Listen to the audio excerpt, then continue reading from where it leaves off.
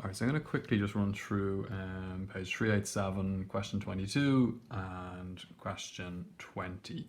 So on 22, most people had the three equations that you need formed correctly. So you sub 4,2 into the GFC equation and you get this. You sub 3 minus 1 in, you get this. And then from the radius, from the square root of g squared plus f squared minus c equals 5, you square both sides and you get the third equation there. All right, so from here, the questions we've done that this is most like is back in chapter 5, the simultaneous equations where one was linear and one was non-linear. So x minus y equals 3 and x squared minus y, x squared plus y squared equals 29 there. So we can solve those using the kind of method of elimination we would have used at junior cert for simultaneous equations.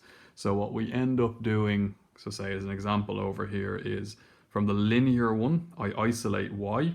So in this example here, I get y is equal to minus 2x plus 8. And then I sub that in, that minus 2x plus 8, into the other one for y. And it ends up giving me a quadratic, and I solve that. Okay, so that's the kind of basic kind of principle behind how we're going to solve this one. This one's a little bit trickier because it's got G, F, and C. So there's 3 letters in it. It's not just X and Y.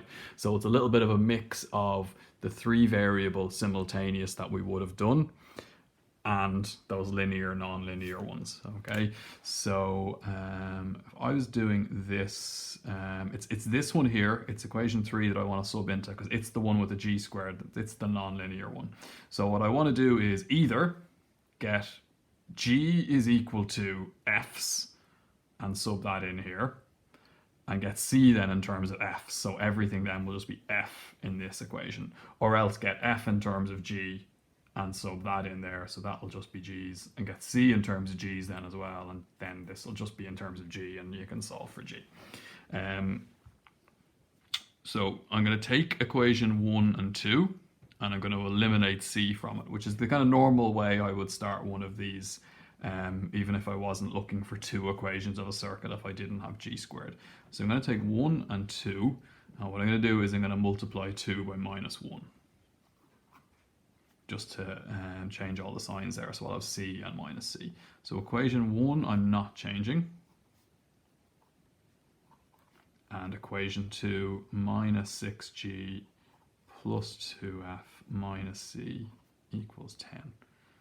So add the 2 of them. 8G minus 6G is 2G. 4F plus 2F is 6F. C minus C is 0. 10 minus 20 is minus 10. So now this is where I will decide whether or not to get G in terms of F or F in terms of G, whether to get G on its own or whether to get F on its own.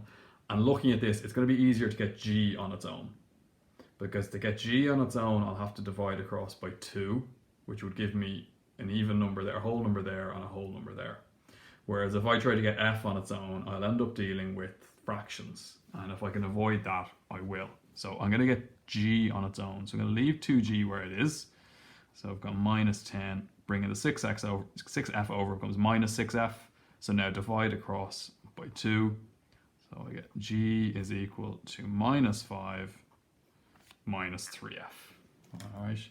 So now G is equal to this. So I'm going to sub that into equation 3 for G. So I'm just going to get F's here and F's here. So before I do that though, before I go and deal with equation 3, I'm going to need to get C in terms of F. So I know now I want to get C in terms of F. So the way to do that is go back to either equation 1 or equation 2, sub the minus 5 minus 3F in for G, and then you'll have C's and F's. So you'll be able to get C on its own equal to something with F's in it. So it doesn't matter if you pick equation 1 or equation 2 to do this. So I'll pick equation 1, and I'm going to go 8, and instead of G, I'm going to sub in minus 5 minus 3F plus 4F plus C equals minus 20. So multiplying this out, then 8 times minus 5 is minus 40. 8 times minus 3f is minus 24f plus 4f plus c equals minus 20. So I'm going to leave the c on its own on the left-hand side. If I bring minus 40 over, it becomes plus 40. 40 minus 20 is 20.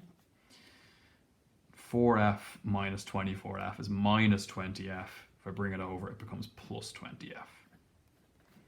So there's c.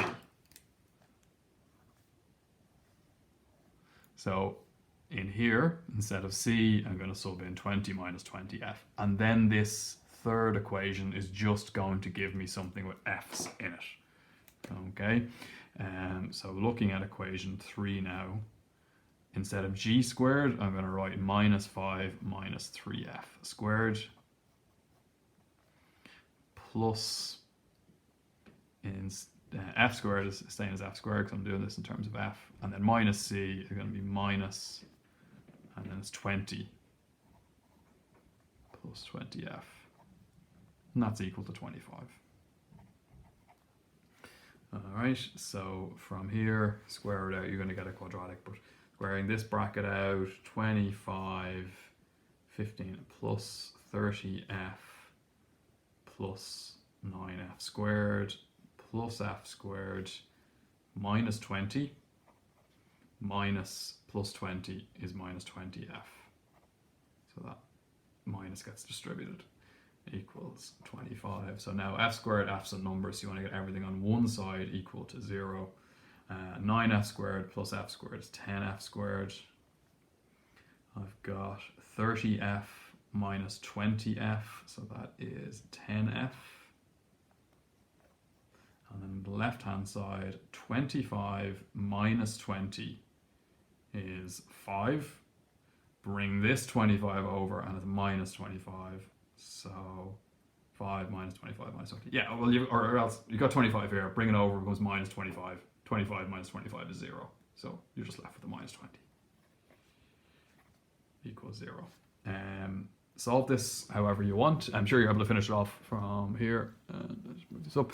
But if you want to factorize it, divide across by 10 will make your life easier. So you'll get f squared plus f plus 1f minus 2 equals 0. So factors of 2, that will give me plus 1f would be plus 2 and minus 1. So f plus 2, f minus 1 equals 0. So f is equal to minus 2, or f is equal to 1. All right, and then you're going to have two sets of solutions here. So you're going to take this equation here with the g is equal to f's sub minus 2 in there. That will give you the g that goes with that. The c then, c is equal to sub minus 2 in there. That will give you the c that goes with that. And then that f, g, and c, sub that into the GFC equation of a circle formula. So it's not just looking for you to solve for f, g, and c. It wants the actual equations of the circle as well. Same thing over here. The f is equal to 1. Sub it in here. That will get you g. Sub it in here. That will get you c.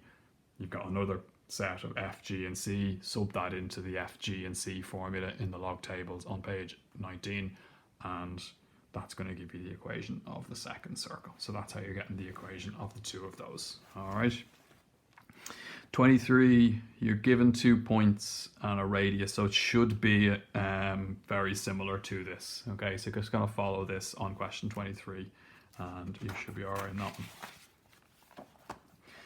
Question 20, so this is one where we're given this piece of information that the y-axis is a tangent to the circle. So I go through in a different video that when the y-axis is a tangent, then f squared is equal to c.